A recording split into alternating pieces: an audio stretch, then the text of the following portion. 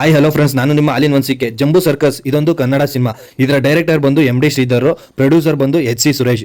ಏನಕ್ಕೆ ಇವರಿಬ್ಬರ ಬಗ್ಗೆ ಮೊದಲೇ ಹೇಳ್ತಾ ಇದ್ದೀನಿ ಅಂದರೆ, ಒಂದು ಯಾವುದೇ ಸಿನಿಮಾ ಆಗಬೇಕು ಅಂದರೆ ತೆರೆ ಹಿಂದೆ ಅತಿ ಮುಖ್ಯವಾಗಿ ಬೇಕಾಗಿರೋದು ಡೈರೆಕ್ಟರು, ಪ್ರೊಡ್ಯೂಸರು. ಸೊ ಆದ್ದರಿಂದ ಇವರಿಬ್ಬರ ಹೆಸರು ಮೊದಲೇ ಹೇಳ್ತಾ ಇದ್ದೀನಿ.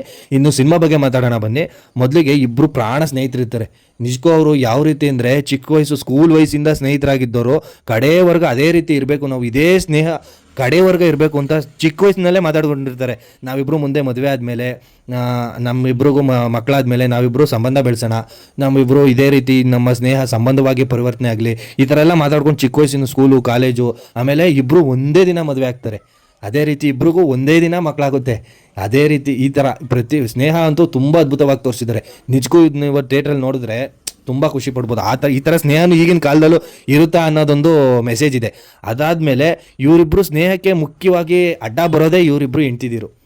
ಅವರಿಬ್ಬರು ದಾಯಾದಿಗಳಾಗಿರ್ತಾರೆ. ಅದು ಹೇಗೆ, ಅದು ಯಾವ ಕಾರಣಕ್ಕೆ ದಾಯಾದಿಗಳಾಗಿರ್ತಾರೆ, ಆಮೇಲೆ ಇವರಿಬ್ಬರು ಸ್ನೇಹ ಸಂಬಂಧವಾಗಿ ಬೆಳೆಯೋಕ್ಕೆ ಆಗುತ್ತಾ ಇಲ್ವಾ, ಸ್ನೇಹನೇ ಉಳಿತದ ಇಲ್ವಾ, ಇದೆಲ್ಲದನ್ನು ನೀವು ಥಿಯೇಟ್ರಲ್ಲಿ ನೋಡಿದ್ರೆ ನಿಜಕ್ಕೂ ಒಂದು ಅರ್ಥ ಸಿಗುತ್ತೆ.